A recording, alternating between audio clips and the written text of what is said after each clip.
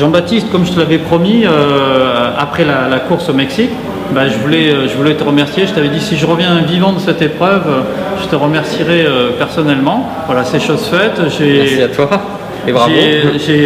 J'ai réussi à braver cette épreuve. C'était mon premier ultra. Et puis ça s'est plutôt bien passé. Alors il faut l'avouer que je l'ai pris plutôt cool. L'idée c'était juste de terminer. Et ça c'est ce que tu avais intégré aussi dans ma préparation. Et j'ai eu aucune difficulté. C'est-à-dire à aucun moment je me suis dit c'est trop dur, j'y arriverai pas ou je vais abandonner. J'ai eu des moments où c'était long, où j'en voyais plus le bout.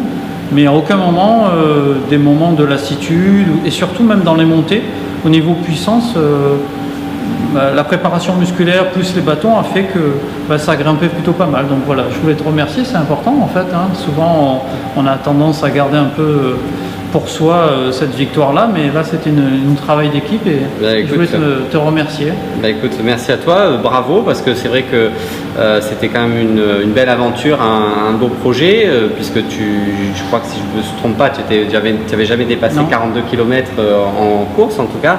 Là, effectivement, la préparation, on était un petit peu dans le flou, dans le sens où tu n'avais jamais vraiment fait d'ultra trail, mais moi j'avais vraiment confiance en tes capacités, d'adaptation, parce que là il a fallu s'adapter à beaucoup de choses, l'altitude, le dépaysement, le décalage horaire, le terrain, la chaleur, la longueur de l'effort, et tu as bien appréhendé tout ça.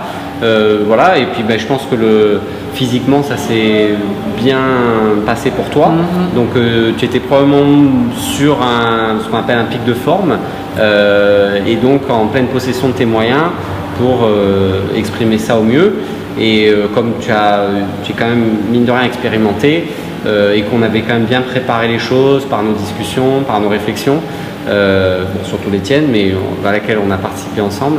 Tout s'est bien passé, donc un grand bravo, et ça fait toujours plaisir quand on accompagne un sportif de voir que l'objectif est atteint, parce que c'est souvent des mois de travail, c'est beaucoup d'investissement pour tout le monde, en particulier pour le sportif, à tout niveau, et quand tout se passe bien, forcément tout le monde est content. C'est sûr, écoute, moi en tout cas je te renouvelle ma confiance.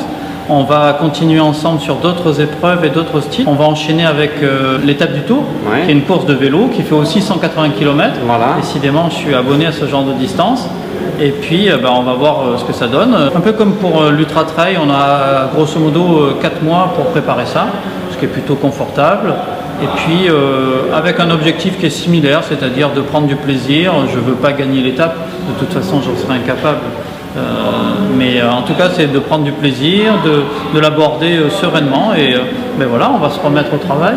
Écoute, c'est un autre beau projet. C'est vrai que l'étape du Tour, c'est quand même une cyclosportive de référence qui est extrêmement bien organisée, qu'il faut faire au moins une fois dans sa vie, ne serait-ce que parce que la route est fermée. C'est le seul événement en France sur route fermée, donc ça en termes de sécurité c'est un vrai plaisir de pouvoir rouler à gauche, à droite sans craindre quoi que ce soit.